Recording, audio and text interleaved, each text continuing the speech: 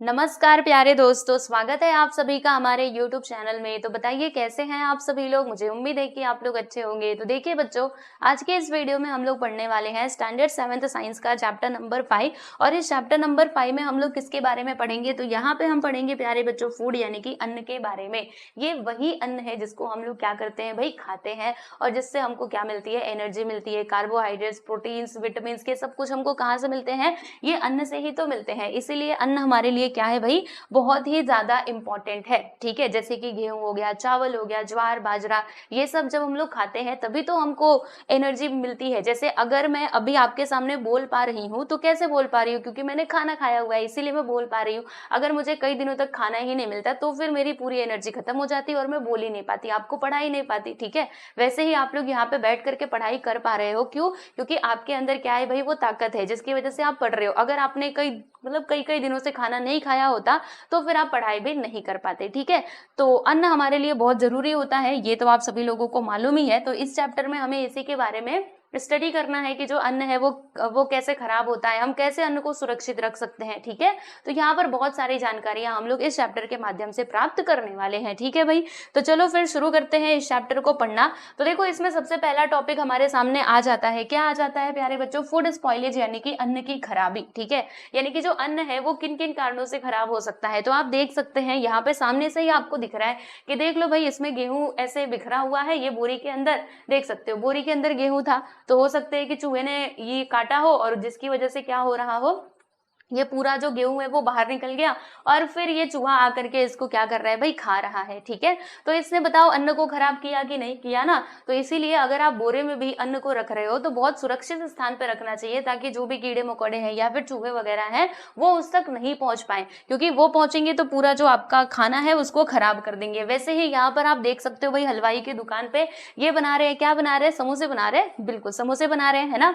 तो देखो भाई, समोसे बना रहे हैं या फिर हाँ समोसे ही है ना, लड्डू भी है। तो देखो भाई, अगर इसके ऊपर मक्खियां मंडराएंगी तो क्या होगा, ये हमारे लिए बीमारियां ही पैदा करेंगी, क्योंकि मक्खियां बीमारियां लेकर के आती हैं। ठीक है, तो इसीलिए अगर जो भी ये हलवाई लोग हैं इनको भी क्या करना चाहिए, जो भी चीजें बना रहे हैं उनको स्वच्छता से बनाना चाहिए, ताकि जो मक्खियां है वो इन तक ना पहुंच पाए और जो आपका खाना है वो सुरक्षित रहे। ठीक है, फिर यहाँ पर अगर मैं बात करूं, थोड़ा और आगे बढ़ते हैं, तो देखो भाई, फल सब्जियां भी है। कभी जैसे मान लीजिए कि कोई फल वाला है, ठीक है, तो अब उसका सामान जो है वो एक दिन में नहीं बिका, तो क्या होगा, उसके जो फल हैं वो खराब हो जाएंगे। क्योंकि आप सभी को मालूम है कि जो फल है वो कैसा होता है, अगर हम उसको यूज नहीं करेंगे तो वो ऐसे रखे रखे खराब हो जाता है, राइट, ऐसे ही होता है। तो इसीलिए उस टाइम पे क्या करना चाहिए, जो हमारे पास फल है उनको प्रॉपरली अच्छे से स्टोर करके रखना चाहिए। फ्रिज में आप रख सकते हो, जिससे कि वो सुरक्षित रहेगा और खराब नहीं होगा। ठीक है, देखो यहाँ पर कैसे ये अन्न जो है वो पूरा यहाँ पे बिखरा हुआ है। ठीक है, तो अन्न की खराबी के लिए कौन कौन से घटक यहाँ पे उत्तरदायी हैं,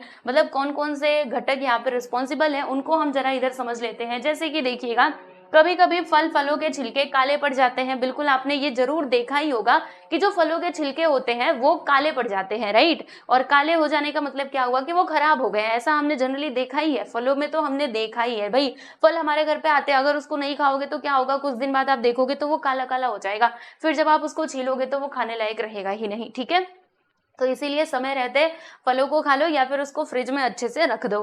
फिर कुछ पदार्थों में अवांछनीय बदबू आती है, यानी कुछ पदार्थ ऐसे होते हैं अगर वो खराब हो जाते हैं जिनमें से बहुत खराब सी बदबू आने लगती है ना, ऐसे भी भोजन हमने देखे हैं।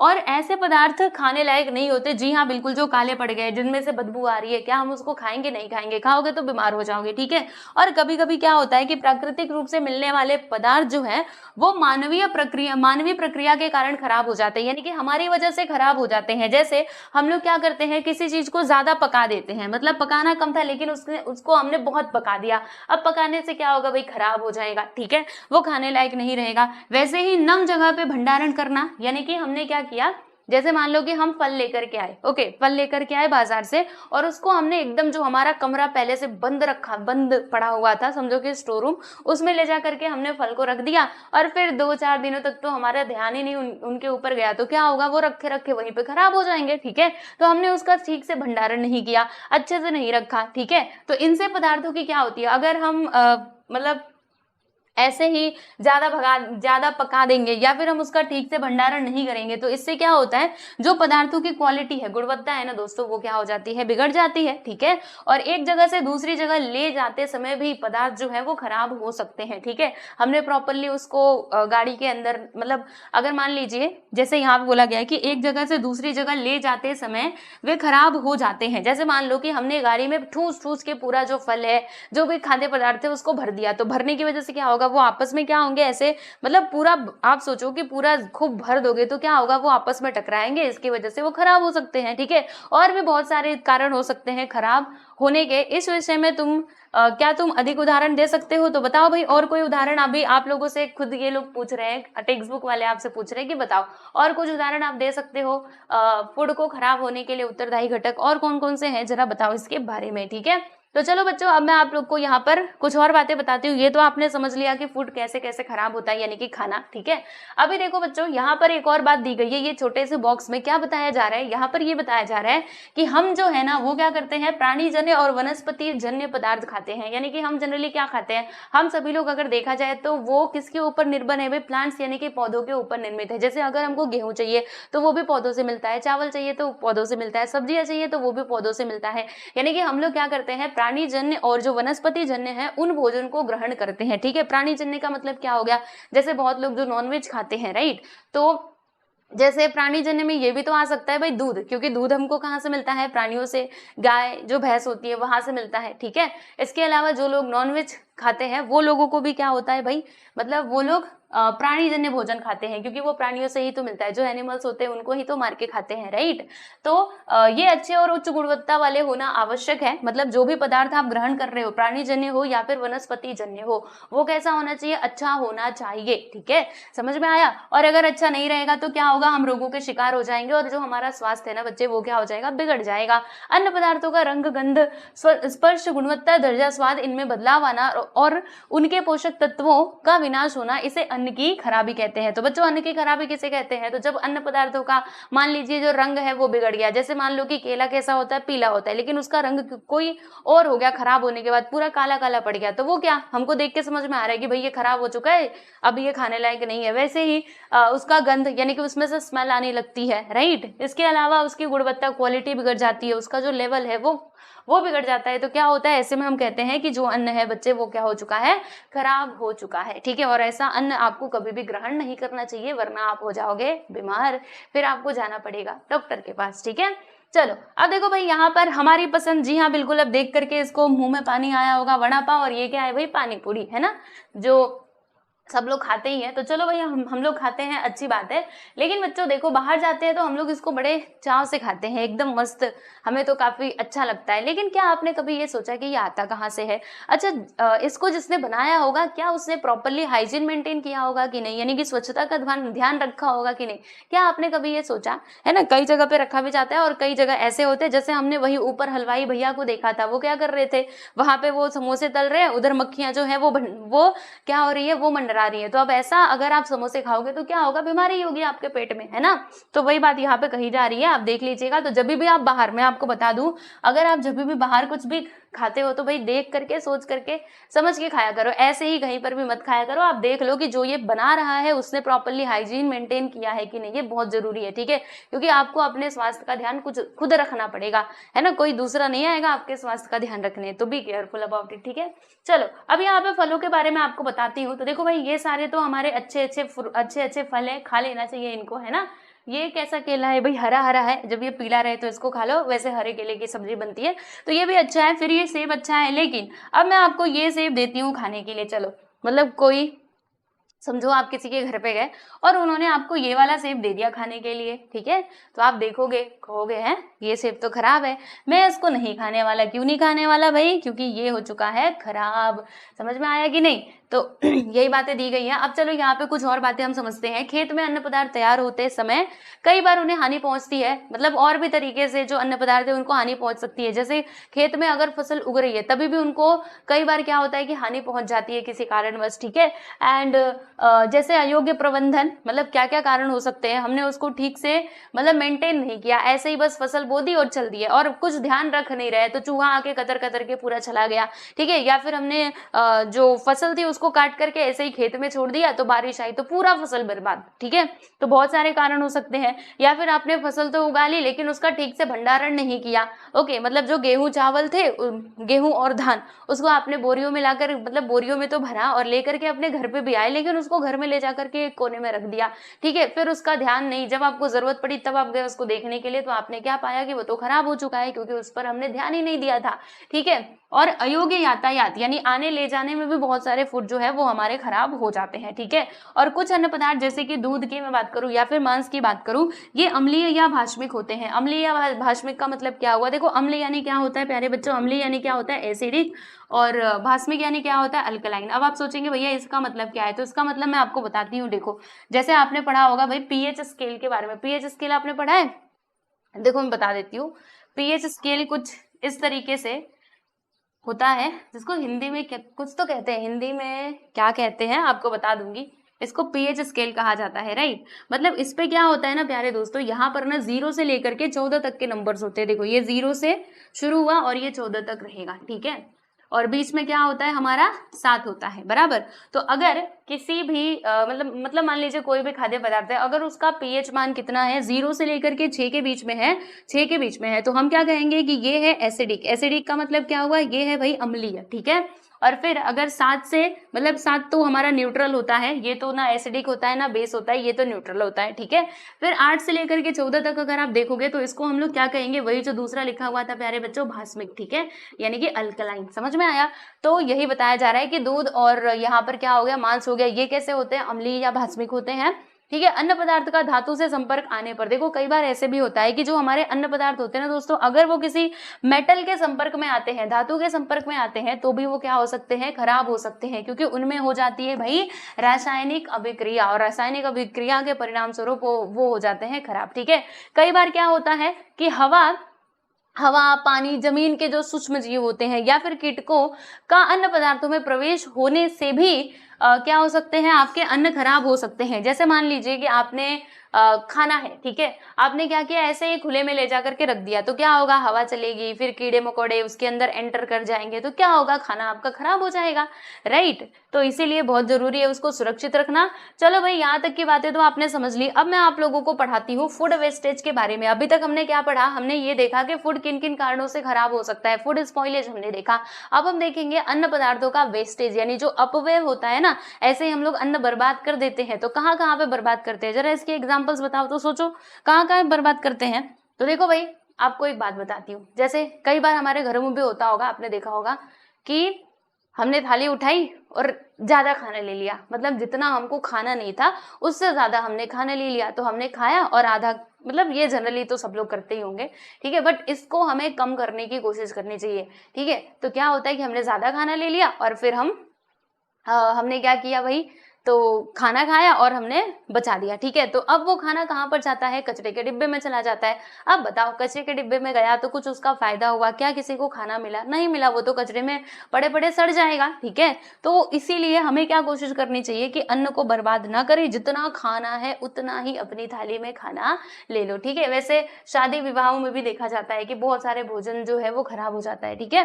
तो देखो अगर देखा जाए अभी आज के समय की मैं बात करूँ तो भारत ने काफी ज्यादा तरक्की कर ली है, टेक्नोलॉजी हो गया, ठीक है, विज्ञान और तंत्र ज्ञान यानी कि साइंस और टेक्नोलॉजी की सहायता से हमारे देश में क्या हो रहा है भाई, अलग अलग प्रकार के धान, फल, सब्जियां, मछलियां, ठीक है, इनका उत्पादन किया जाता है। दूध और दूध से बने जो भी पदार्थ होते हैं इनका बड़ी मात्रा में जो उत्पादन है वो किया जाता है। लेकिन फिर भी, ठीक है, ऐसा हमने इतना डेवलपमेंट कर लिया है, इतना आगे बढ़ गए, लेकिन फिर भी हम क्या देखते हैं, ऐसा होते हुए भी आज हमारे देश में अगर देखा जाए या फिर संपूर्ण विश्व में भी आप देखोगे तो बहुत से लोग ऐसे हैं जो क्या होते हैं, जो भूखे ही सो जाते हैं, ठीक है। प्रत्येक दिन क्या होता है भाई, भूखे सो जाते हैं, समझ में, यानी कि उनको खाना ही नहीं मिलता है। तो भाई इसके पीछे का कारण क्या है, क्यों उनको एक समय का भी भोजन जो है वो नहीं मिल पाता, समझ में आ रहा है? ऐसी परिस्थिति में जहां अन्न का अपव्यय होता है वह टालना हमारा प्राथमिक कर्तव्य है। जैसे मैंने आपको बताया कि जितना खाना है बस उतना ही लो, ठीक है। और अगर आपका खाना बच भी रहा है, राइट, थोड़ा अगर आपने बचा भी दिया, वैसे तो आपको कोशिश करनी है कि हम कम ही ले,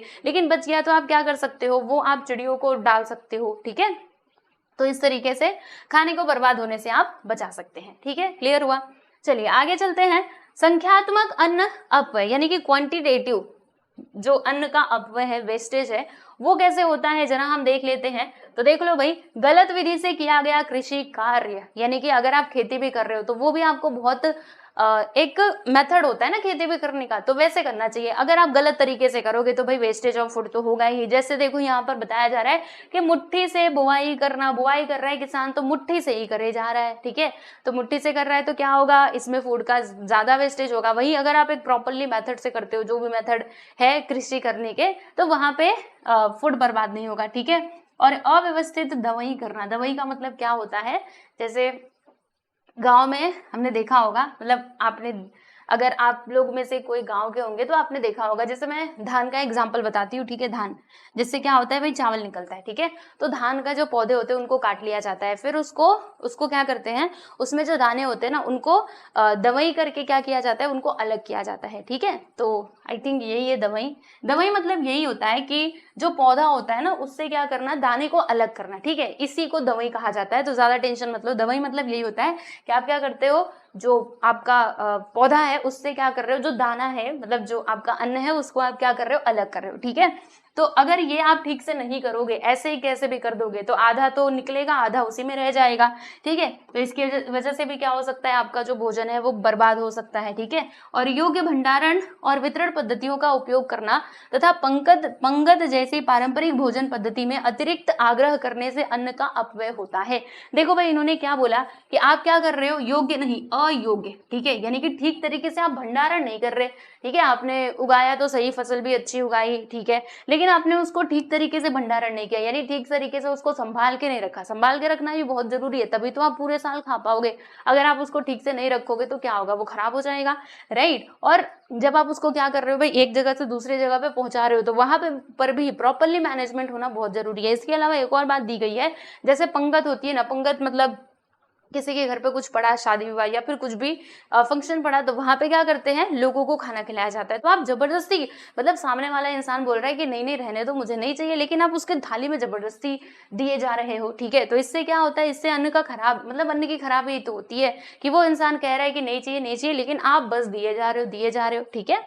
तो इससे संख्यात्मक दृष्टि से क्या होता है भाई, अन्न का अपव्यय होता है, क्योंकि यही अपव्ययित जो अन्न है, यही जो वेस्टेज, आपने जो अन्न को बर्बाद कर दिया, ये किसी और लोगों को दिया जा सकता था और उससे उनका पेट जो है वो भर सकता था, ठीक है। तो ये हो गया हमारा संख्यात्मक अन्न का अपव्यय। अब हम देखेंगे भाई क्वालिटेटिव वेस्टेज ऑफ फूड, यानी कि गुणात्मक अन्न का अपव्यय कैसे होता है भाई, ये जरा हम देख लेते हैं। वो तो हमने क्वालिटेटिव देखा कि हम लोग मतलब मात्रा में कैसे अन्न को बर्बाद करते हैं। जैसे मुट्ठी से बुआई कर रहे हैं तो ज्यादा ज्यादा डालना पड़ेगा दानों को, ठीक है। अगर कोई बैठ करके खाना खा रहा है, हम उसको दिए जा रहे, तो इससे भी हमारा जो अन्न है वो खराब हो रहा है, ठीक है। चलो अब गुणात्मक देख लेते हैं, यानी कि क्वालिटी वाइज इसमें कैसे चेंजेस आते हैं। तो अन्न की रक्षा करते समय अन्न सुरक्षा की गलत विधि का उपयोग करना, यानी आप ठीक से नहीं कर रहे हो भाई, ठीक है। जैसे हमने ऊपर देखा था कि आप कृषि कार्य तो कर रहे हो लेकिन एक प्रॉपरली मेथड को फॉलो नहीं कर रहे हो, ऐसे ही जैसे मन में आया वैसे ही आप बुआई करते जा रहे हो, तो इससे आपका जो फूड है वो खराब हो रहा है। तो वैसे ही यहाँ पर भी आप अन्न की सुरक्षा तो कर रहे हैं, कोई इसमें बात नहीं है, लेकिन आप गलत तरीके से कर रहे हो भाई, ये प्रॉब्लम क्रिएट करता है, ठीक है। परिरक्षकों का अतिरिक्त मात्रा में उपयोग करना, यानी कि जो भी अन्न के परिरक्षक हैं, यानी जिससे अन्न की सुरक्षा होती है, तो आप उसका ज्यादा मात्रा में उपयोग कर रहे हो, ठीक है। आपको उपयोग करना चाहिए कम, लेकिन आप ज्यादा मात्रा में उपयोग कर रहे हो, तो उससे भी आपका जो भोजन है वो खराब हो सकता है। और अन्न को अधिक पकाना, वो तो हमने ऊपर ही देख लिया था।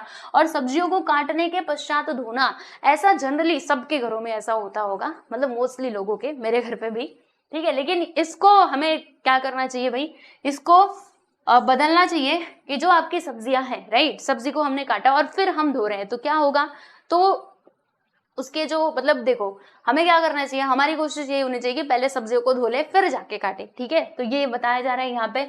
और तैयार अन्न ग्राहकों तक पहुंचने के लिए लगने वाले समय का अनुमान गलत होना तथा अंगूर आम का अयोग्य रख रखाव अन्न के गुणात्मक अपव्यय के कारण है। यानी कि देखो अब यहाँ पर क्या बताया गया कि जैसे मान लीजिए कि किसी कस्टमर ने ऑर्डर दिया कि हमको इतने बजे तक चाहिए छोले भटूरे, ठीक है। तो अब आपने छोला भटूरा तो बना दिया, लेकिन भाई सुनो वो रहता है दूर, ठीक है। तो आपने कैलकुलेशन किया कि हाँ इतने देर में भोजन पहुंच जाएगा, मतलब जो भी छोला भटूरा है ये पहुंच जाएगा, ओके। तो आपने कैलकुलेशन जो करी बच्चे वो कैसे कर दी, गलत कर दी, ठीक है। तो क्या होगा, ले जाते हो सकता है कि बीच में ही आपका जो खाना है वो खराब हो जाए, राइट। तो इसीलिए जो कैलकुलेशन है वो भी ठीक से होना चाहिए, तभी तो टाइम से जब कस्टमर तक पहुंचेगा तभी तो वो उस भोजन को खा पाएगा। अगर आप उसको देरी से लेकर के जा रहे हो, राइट, तो क्या होगा, वो खराब हो गया रहेगा तो वो तो किसी काम का नहीं रहेगा। और क्या बताया जा रहा है, जैसे आम हो गए, अंगूर हो गए, है ना, इनका आप ठीक से रख रखाव नहीं कर रहे हो, ऐसे ही आम को छोड़ दिया सड़ने के लिए, तो क्या क्या होगा, उसमें कीड़े लग जाएंगे, इससे ज्यादा और क्या हो सकता है। तो ये सभी है भाई qualitative wastage of food, okay. I hope तो समझ में आ गया होगा।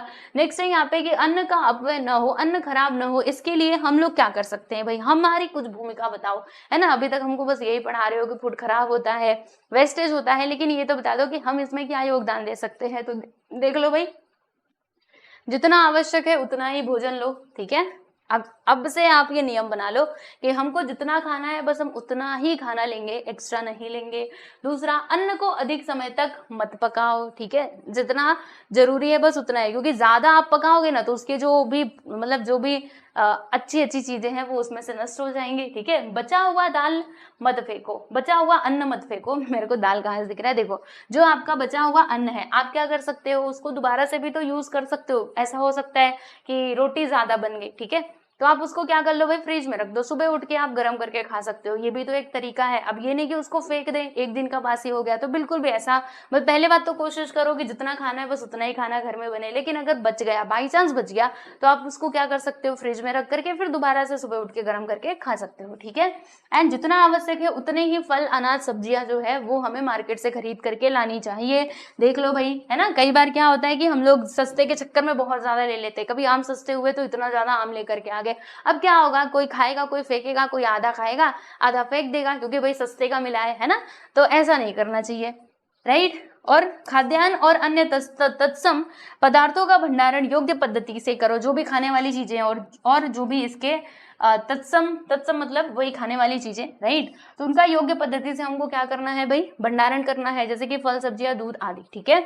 डिब्बे बोतलों में बंद पदार्थों के उपयोग की जो अवधि है, जैसे आपने कोई पैकेट वाली चीज खरीदी होगी तो आपने देखा होगा कि उसके ऊपर लिखा रहता है इसकी एक्सपायरी डेट क्या है। जनरली हम लोग देखते हैं कि दूध में या फिर पनीर पे, सब पे लिखा रहता है मोस्टली। अगर आप देखोगे तो खाद्य पदार्थ होते हैं उस पर लिखा रहता है कि आप इसका यूज इतने समय तक कर सकते हो, ठीक है। तो आप कोशिश करो कि उतने समय में ही उसका उपयोग कर लिया जाए। ये नहीं कि आपने पनीर लेकर के आए और रख दिया फ्रिज में, फिर भूल गए एकदम मस्त, फिर आपको एक दिन किसी दिन याद आता है, अरे मैं तो पनीर लेके आया था, चलो बनाते हैं। लेकिन जब आप उसको देखोगे तो वहां पे जो डेट है वो तो एक्सपायर हो चुका है, फिर वो किसी काम का नहीं रहा, अब आपको फेंकना ही पड़ेगा, आपके पास और कोई ऑप्शन है ही नहीं। तो ऐसी कोशिश करो कि मतलब आप देख लो कि वो कब खराब होने वाला है और फिर उसके हिसाब से उसका उपयोग हमको कर लेना चाहिए। और थाली में परोसे हुए सभी पदार्थ जो है उनको खाओ, ठीक है। जो खाना है वो लो, और जितना आपको मिल गया, दाल चावल सब्जी जो भी मिली है सबको खाओ। ये नहीं कि हमने सब्जी चावल खा लिया, दाल को छोड़ दिया। ऐसा होता है ना कि दाल बहुत लोगों को पसंद नहीं होता है, तो दाल भी दोगे ना तो उसको किनारे कर देंगे, नहीं चाहिए, तो ऐसे नहीं करना है। और दाल तो कितना प्रोटीन से भरा हुआ होता है, तो हमें तो दाल बिल्कुल खाना चाहिए, राइट। विश्व अन्न सुरक्षा दिन कब मनाया जाता है भैया, आप देख लो 16 अक्टूबर। तो देख लो ये एक फैक्ट है, याद रखना 16 अक्टूबर को होता है विश्व अन्न सुरक्षा दिन। बताओ मेरे साथ बोलो, 16 अक्टूबर, ठीक है। चलिए अब हम यहाँ पे बात करते हैं भाई अन्न का भंडारण और सुरक्षा। अन्न का हम भंडारण और सुरक्षा कैसे कर सकते हैं, क्या क्या मतलब कैसे कैसे किया जाता है, इसको हम जरा देख लेते हैं। भाई देखो, अन्न पदार्थ को बहुत सारे तरीके, वैसे तो बहुत सारे तरीके हैं, यहाँ पे आगे दिया भी है, ये देखो इतने सारे तरीके बताए गए हैं अन्न को सुरक्षित रखने के। तो अभी हम उसको देखेंगे, food storage and food preservation. तो क्या क्या किया जाता है भाई, अन्न को ठंडा किया जाता है। जैसे मैंने आपको बताया, फ्रूट्स लेकर के आए, अब अगर आप अभी नहीं खा पा रहे तो उसको फ्रिज में रख दो ठंडे। अगर आप फ्रिज में रखोगे तो उसका तापमान मेंटेन रहता है, जिससे कि वो खराब नहीं होता, ठीक है। और सुखाना है ना, कई बार होता है कि जैसे मैं आम की ही बात करूं तो कच्चा आम हम लेकर गए, राइट। तो अगर आप कच्चा आम ऐसे रखे रहोगे तो क्या होगा, वो खराब हो सकता है। तो इसके लिए आप क्या कर दो, उसको काट करके धूप में सुखा दो तो वो खराब नहीं होगा, राइट। और उसमें और भी चीजें, नमक भी मिलाया जाता है, क्योंकि मैंने देखा है अगर आप उसको सुखा देंगे और नमक मिला के रख देंगे ना तो वो बहुत दिनों तक चलेगा, खराब नहीं होगा। और उससे आप क्या कर सकते हो, आमचूर वगैरह बना सकते हो, ठीक है। एंड उबालना है ना, उबालना भी एक तरीका है भाई। वायुरुद्ध डिब्बों में बंद करना, यानी कि एयर टाइट कंटेनर जो होता है, राइट, तो उसमें बंद कर दो। बहुत सारे फूड आइटम्स आते हैं जो एयर टाइट कंटेनर में क्या होते हैं, बंद होते हैं, जिससे कि उसमें हवा नहीं जाती तो जो छोटे छोटे बैक्टीरिया होते हैं वो भी नहीं जाते और भोजन हमारा सुरक्षित रहता है, ठीक है। जैसे अन्य पदार्थों का सुरक्षापूर्ण भंडारण करने की पद्धतियों की जानकारी हमने पिछली कक्षा में पाई है। इन विभिन्न पद्धतियों से अन्न पदार्थ में होने वाले सूक्ष्म जीवों की वृद्धि जो है वो रोकी जा सकती है। अगर आप ये सारी चीजें करोगे तो जो सूक्ष्म जीव, छोटे छोटे बैक्टीरिया जो उत्पन्न हो जाते हैं अन्न में, वो नहीं होंगे और आपका अन्न जो है वो सुरक्षित रहेगा, ठीक है भाई। अन्न सुरक्षा और अन्न परिरक्षण के बारे में हम जान लेते हैं। अन्न सुरक्षा मतलब अन्न को सुरक्षित करना, और परिरक्षण मतलब क्या होता है भाई, प्रिजर्व करके रखना, जिससे कि वो ज्यादा लंबे समय तक चल सके। जैसे आपको एग्जांपल बताऊं, देखो आम है, अभी मैंने आम का ही एग्जांपल लिया था, ठीक है। तो आम को आपने क्या किया, मान लीजिए जैसे आमचूर, जो आम है, कच्चा आम की मैं बात कर रही हूँ, तो हमको उसे बहुत दिनों तक चलाना है, हमें जरूरत पड़ती रहती है। तो हम क्या कर सकते हैं, उसको प्रिजर्व करने के लिए बहुत सारे टेक्निक्स अपना सकते हैं। जैसे कि हमने उसका अचार बना लिया, ठीक है। अचार बना लोगे, आप सोचो ना कि अगर आपने ऐसे कच्चा आम रखा है तो क्या होगा बच्चे, खराब हो जाएगा या फिर वो धीरे धीरे करके पक जाएगा, ठीक है, पीला पीला जैसे हो जाएगा। लेकिन वही जब आप उसका अचार बना देते हो तो वो खराब नहीं होता है ना। तो ये एक तरीका हो सकता है उसको प्रिजर्व करके रखने का। इसके अलावा अगर मैं यहाँ पे चावल की ही बात करूँ, ठीक है, तो चावल अगर आप इसको ठीक से नहीं रखोगे तो भाई ये ज्यादा लंबे समय तक नहीं चल पाएगा। तो इसीलिए अगर आपने एक बोरी चावल लेकर के, मतलब खरीद करके लाए हो, तो उसको सुरक्षित रखिए। अब सुरक्षित रखोगे कैसे, तो आप क्या कर सकते हो, उसके अंदर नीम की पत्तियां डाल सकते हो, जिससे कि वो ज्यादा टाइम तक चलेगा। आप जितना चाहोगे उतना चलेगा, ठीक है। नीम की पत्तियां तोड़ो, सुखाओ और उसके अंदर डाल दो, जिससे कि कीड़े नहीं पड़ेंगे। इसके अलावा एक तरीका होता है, मैंने ये देखा है कि किसमें, तो मैंने देखा था कि ऐसा ना, नमक का ऐसा गोला गोला आता है, वो पाउडर वाला नहीं, गोला गोला, और वो भी डाला रहता है किसी में, ठीक है, जिससे कि वो खराब ना हो। ये मैंने देखा था, आई थिंक मैंने ना गांव में देखा था, राइट। चलिए, तो ये अगर मैं आपको बताऊं, अन्न सुरक्षा मतलब विभिन्न कारणों से अन्न में सूक्ष्म जीवों की वृद्धि होकर उसका खराब होना, कीड़े पड़ना, इसे अन्न सुरक्षित रखने को अन्न सुरक्षा कहते हैं। यानी कि उसमें जैसे हमने क्या किया, फूड को एयर टाइट कंटेनर में बंद नहीं किया, ऐसे ही बस टिफिन में बंद कर दिया, तो उसके अंदर हवा जाएगी और क्या होगा, खराब हो जाएगा। तो अगर आप उसको क्या कर रहे हो, सुरक्षित रखने के लिए एयर टाइट कंटेनर में उसको बंद कर रहे हो, तो ये आपका अन्न सुरक्षा कहलाएगा। अन्न परिरक्षण मैंने आपको बता दिया कि आंतरिक घटकों के कारण, यानी उनमें जो आंतरिक रूप से परिवर्तन होता है, जैसे चावल में अगर आपने नीम की पत्तियां डाल दी है तो उसमें कीड़े नहीं लगेंगे, वो आंतरिक केमिकल प्रोसेस के थ्रू खराब नहीं होगा। लेकिन आपने उसको वैसे ही रख दिया तो चावल पड़े पड़े धीरे धीरे छोटे छोटे बैक्टीरिया पड़ते जाएंगे और फिर क्या होगा, उसमें ना कीड़े पैदा हो जाएंगे, ठीक है। तो खराबी टालकर अन्न अधिक समय तक टिकाऊ रखने के लिए अलग अलग खाद्य परिरक्षकों का हम उपयोग करते हैं। जैसे मैंने आपको नीम की पत्ती बता दी, नमक बता दी, नमक से भी हम लोग क्या कर सकते हैं भाई, अन्न को प्रिजर्व करके रख सकते हैं, ठीक है। चलिए, अगर अब मैं आपको बताती हूँ यहाँ पे अन्न और औषधि प्रशासन यानी कि FDA के बारे में। तो भैया ये क्या है, ये एक संस्था है जो क्या करती है, अन्न और औषधियों का प्रमाणीकरण, हाँ कि भाई ये ठीक प्रकार से इसका प्रोडक्शन हो रहा है और ये सुरक्षित है तो लोग इसको खरीद सकते हैं, राइट। तो ये प्रमाणित करता है, ठीक है। और एक और हमारे देश में है अन्न सुरक्षा और मानांकन अधिनियम 2006 के अनुसार भारतीय अन्न सुरक्षा और मानांकन प्राधिकरण यानी कि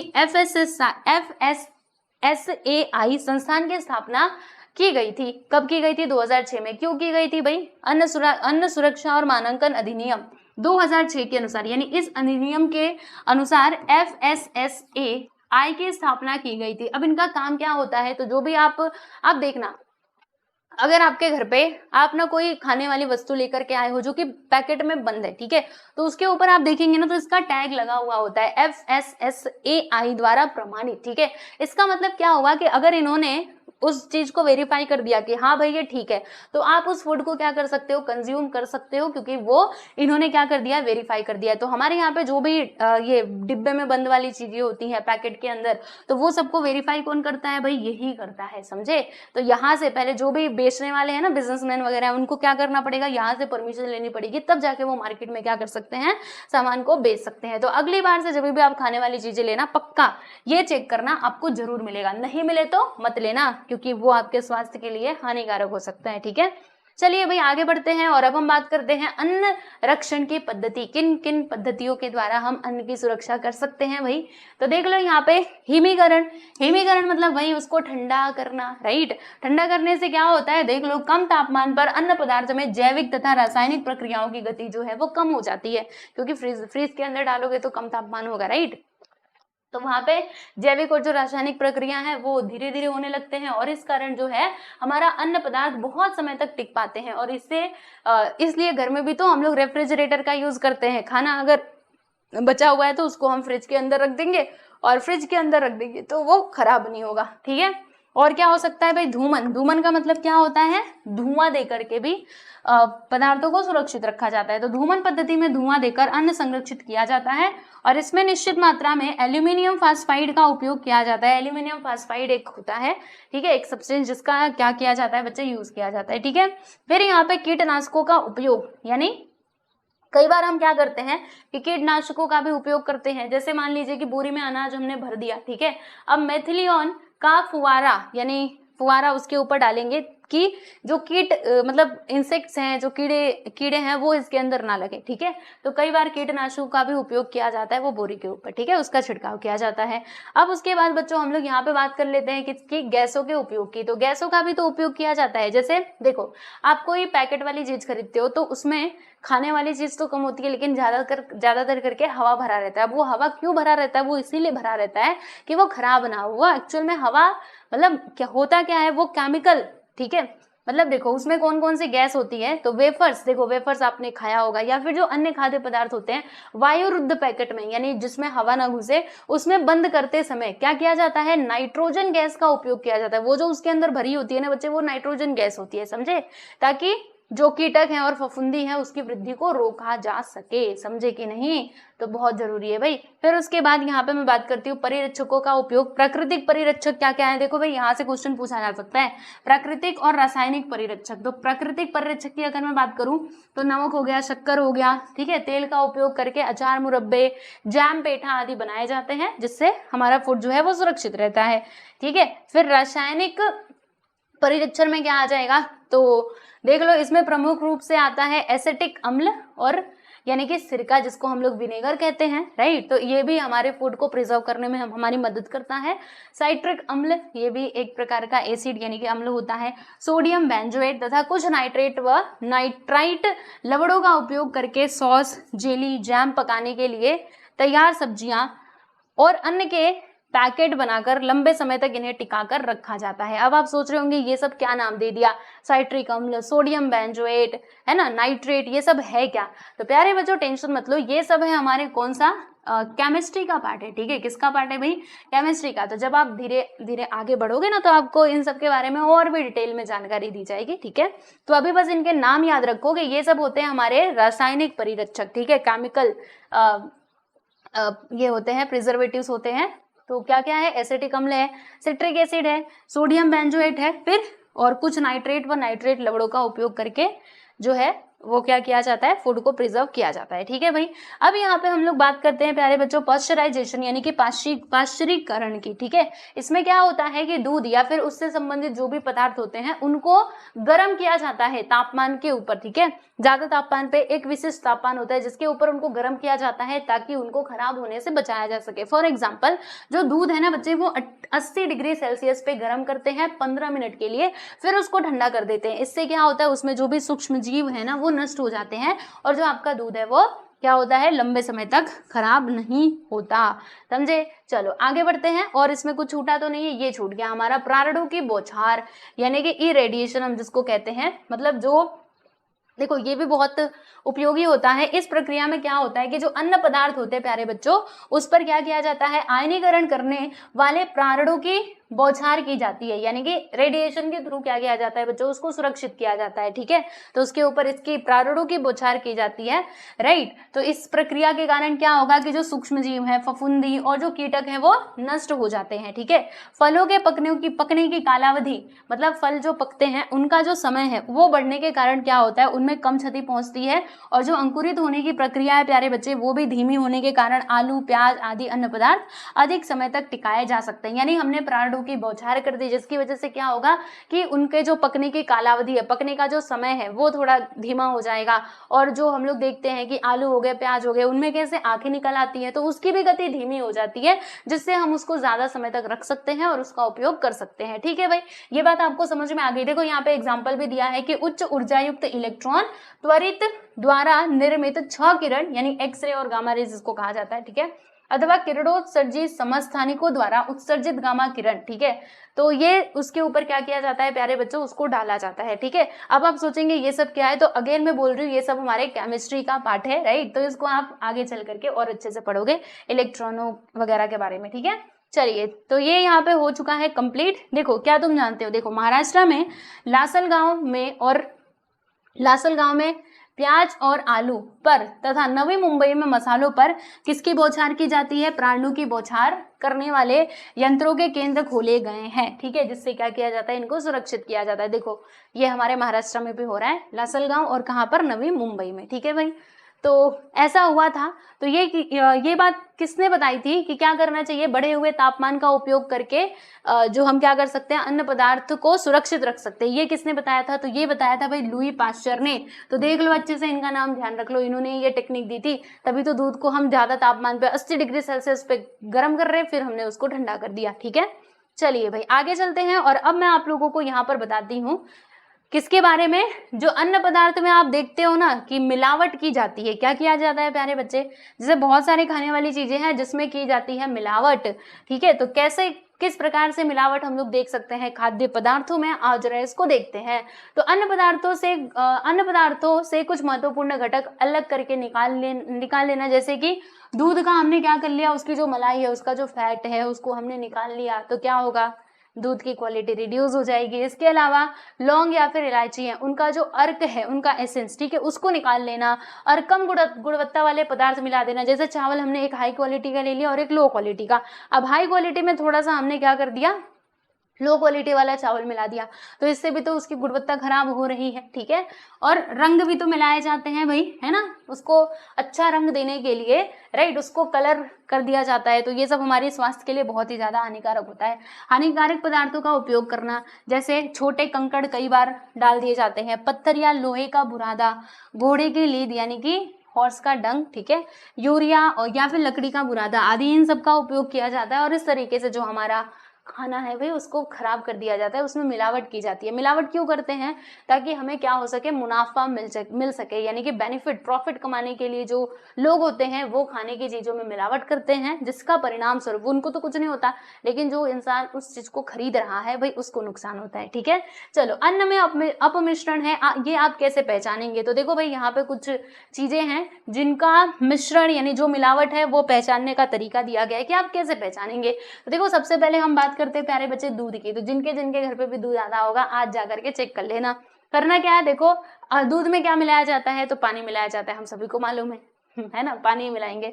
ठीक है, तो आप इसका परिरक्षण मतलब कैसे करोगे, देखो आपको करना क्या है, आपको दूध की एक बूंद कांच की, मतलब कांच की अगर आपके पास कोई स्लाइड होगी तो दूध की एक बूंद उसके ऊपर डालिए। ठीक है, फिर मतलब और स्लाइड को थोड़ा तिरछा रखना, ऐसे मान लीजिए इसके ऊपर आपने दूध की एक बूंद डाली, फिर उसको तिरछा करना। ठीक है, क्या करोगे, ऐसे तिरछा करोगे और तिरछी रखो जिससे कि बूंद जो है वो नीचे की ओर गिरे, यानी कि आप क्या करो, ऐसे तिरछा रखो जिससे जो बूंद है वो नीचे की तरफ गिरे। ठीक है, अब देखो बच्चों, इसका निष्कर्ष क्या होगा कि अगर स्लाइड पर दूध का सफेद अंश न दिखे, ठीक है, व्हाइट कुछ नहीं दिख रहा, तो समझ जाओ कि दूध में क्या हुआ है भाई, पानी की मिलावट की गई है। लेकिन अगर दिखता है तो फिर आप समझ जाइएगा कि दूध आपका प्योर है। ठीक है, चलिए आगे बढ़ते हैं। अब हम यहाँ पे बात करते हैं भाई लाल मिर्च का पाउडर। आप सोचेंगे लाल मिर्च के पाउडर में क्या मिला दिया जाता है, मिलाया जाता है भाई ईंट का बुरादा मिला देते हैं। जो ईंट होता है, क्योंकि ईंट भी लाल होती है, लाल मिर्च का पाउडर भी लाल ही होता है, राइट, तो उसमें इस चीज को मिला देंगे तो किसी को मालूम नहीं पड़ेगा। लेकिन उनको नहीं मालूम कि हमने साइंस की किताब में पढ़ा कि कैसे हम चेक कर सकते हैं। चलो चेक करते हैं। 1 चम्मच मिर्ची का पाउडर लेना, एक ग्लास में या फिर कांच का ग्लास होगा तो उसमें डाल देना। ठीक है, और पानी भी उसमें डाल देना आधा बिकर करके, और फिर अब उसे मिलाओ और 5 मिनट तक स्थिर होने दो, मतलब आप उसको अच्छे से मिला दो, फिर 5 मिनट तक शांति से बैठे रहो, उसको शांत हो जाने दो। फिर आप क्या करेंगे, तो बीकर की जो पेंदी होती है, यानी कि जो उसका तल होता है, राइट, उसमें लाल रंग की परत जमा हो जाए तो आप समझ लो, क्योंकि देखो भाई जो आपका ईंट है वो भारी होता है, तो भारी होगा तो क्या होगा, जो तला है उसमें जा करके वो बैठ जाएगा। और अगर आप ऐसा देख रहे हैं तो समझ जाओ कि मिर्ची पाउडर में ईंट का बुरादा मिलाया गया है, समझे। तो लाल मिर्ची आप सभी लोग खाते हैं तो आज चेक कीजिएगा अपने घर पे, ठीक है। चलिए हल्दी पाउडर भी जरा देख लेते हैं कि हल्दी में क्या मिलाया जाता है। हल्दी में मिलाया जाता है भाई मेटानिल येलो। अब इसकी पहचान कैसे करोगे, मेटानिल येलो इसमें मिला तो दिया गया, लेकिन हम पहचानेंगे कैसे, तो ये थोड़ा साइंटिफिक तरीका है, तो इसे आप घर पे नहीं कर पाओगे, बस आप सुन लो। तो देखो भाई परख नली, देखो ये आ गया परख नली, यानी कि अब लैब की बात चलने लगी। तो परख नली में चुटकी भर हल्दी लेकर उसमें थोड़ा पानी डालो और मिश्रण को हिला दो। फिर हिलाने के बाद अब उसमें थोड़ा सांद्र हाइड्रोक्लोरिक अम्ल मिलाओ, यानी आपको क्या करना है भाई, HCl यानी कि हाइड्रोक्लोरिक अम्ल उसके अंदर मिलाना है। अब मिलाने से क्या होगा, जब आप ये मिलाएंगे ना तो जो मिश्रण है अगर उसमें मिलावट रहेगी मेटानिल येलो की तो क्या होगा भाई, लाल हो जाएगा। देखो हल्दी में मेटानिल येलो की मिलावट हो तो यह लाल रंग बना ही रहता है, अगर कोई मिलावट नहीं है तो नहीं बनेगा, लेकिन अगर मिलावट की गई है तो वो लाल रंग बना ही रहेगा। तब आप समझ जाना कि इसमें मिलावट की गई है, ठीक है। अब सूजी की बात करेंगे, सूजी जिसका हम लोग हलवा बड़े आराम से बड़े अच्छे से खाते हैं, भाई उसमें भी मिलाया गया होता है, क्या मिलाया गया होता है, लोहे का कड़। कई बार तो आपने ये नोटिस किया होगा, मतलब मैंने किया है कि सूजी, हम लोग सूजी का हलवा खा रहे थे लेकिन उसमें बार बार दांत के नीचे कुछ ना कुछ कंकड़ टाइप का कुछ ना कुछ तो आ ही रहा था।